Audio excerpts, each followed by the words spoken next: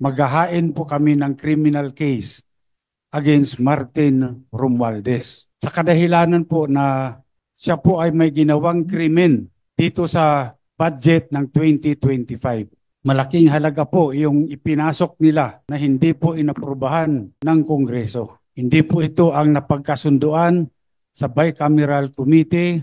Nagulat na lang kaming lahat nung makita namin kung bakit yung pong in-email sa amin na BICAM report, may mga blanco po rito. Nung pinirmahan ng presidente, kumpleto na. At nung tinignan namin kung magkano yung ipinasok nila, nagkatotal ng 241 billion.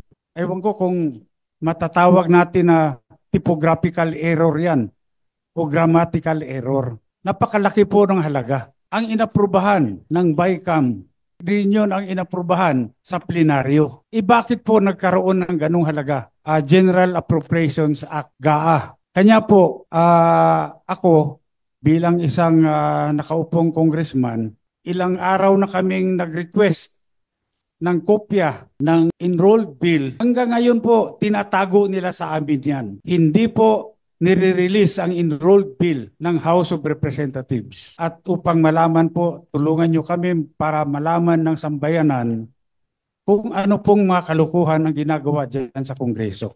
God save the Philippines.